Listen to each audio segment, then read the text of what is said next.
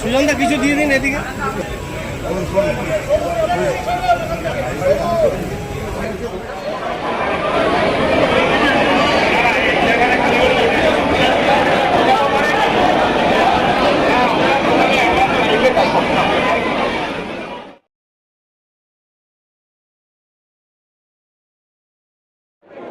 অভিভাবকের মতো, পথপ্রদর্শকের মতো আমাদের পার্টি যারা তৈরি করেছেন, যে মানুষরা তাদের আত্মত্যাগী রাজনীতি, স্বচ্ছতা, সততার মাধ্যমে প্রশাসনিক দায়িত্ব পালন করে গেছেন, বুদ্ধদেব ভট্টাচার্য, কমরেড বুদ্ধদেব ভট্টাচার্য অন্যতম।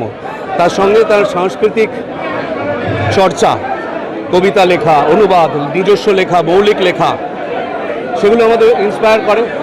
ওনারই উদ্যোগে এই বই মেলা, ফিল্ম ফেস্টিভ্যাল, গান মেলা, কবিতা মেলা, এগুলো আমরা পেয়েছি এবং অতীতের বড় বড় শিল্পীরা তাতে পারফর্ম করতেন এবং মানুষ আনন্দ পেতেন।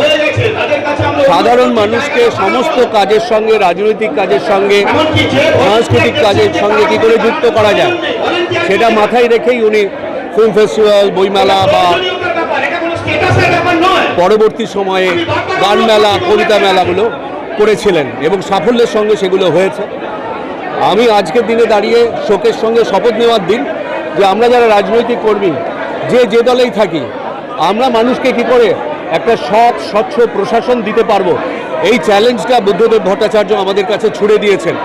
তার পতাকা বওয়ার শক্তি আমাদের আছে কিনা আগামী দিনের লড়াইয়ে আমাদের সেই প্রমাণ দিতে হবে এবং আমরা, আমার মনে হয় আমাদের পার্টির কমরেডরা, শতরূপ, দীপশিতা, সৃজনরা তার জন্য প্রস্তুত আছে। না, এটা ব্যক্তিগত পারিবারিক সিদ্ধান্ত। আর আমি ব্যক্তিগতভাবে মৃত্যুর পর আমায় যদি জিজ্ঞেস করেন, আমি কোনো ধরনের আড়ম্বর, মানুষ নীরবে এসে তার শোক শ্রদ্ধা জানাবে এবং তারপর আমরা কমরেডের দেহ দান করা আছে, আমাদের যুব পার্টি অফিসে যাবে, ওখান থেকে আমরা দেহদান করতে যাব। এর মধ্যে সরকার যে প্রস্তাব রেখেছিল তার পরিবার সেটা প্রত্যাখ্যান করেছে। আমরা সেই সিদ্ধান্তকে শ্রদ্ধা করি, আমরা সেটা মেনে চলব। নিশ্চয়ই, আমরা তো উপস্থিত ছিলাম সেই সময়টা। বুদ্ধদেব ভট্টাচার্যকে নিয়ে মানুষের মধ্যে একটা আবেগ আছে।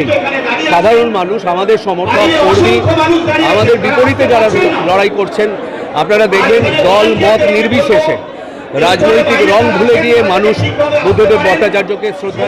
আমাদের তো দলভিত্তিক রাজনীতি। বুদ্ধদেব ভট্টাচার্য যখন রাজনীতিতে উঠে এসেছেন সেই সময় বুদ্ধদেব ভট্টাচার্যকে পার্টি দায়িত্ব দিয়েছে।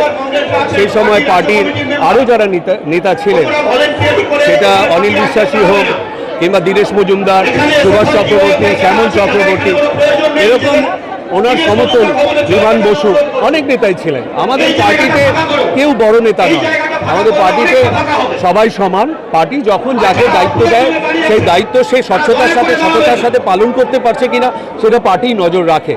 বুদ্ধদেববাবু অবশ্যই নিজের ব্যক্তিগত চেষ্টায় পার্টির নির্দেশকে, পার্টির ভাবমূর্তিকে এমন জায়গায় নিয়ে গেছেন যে আজকে তাকে নিয়ে মানুষ আলোচনা করতে বাধ্য হচ্ছে।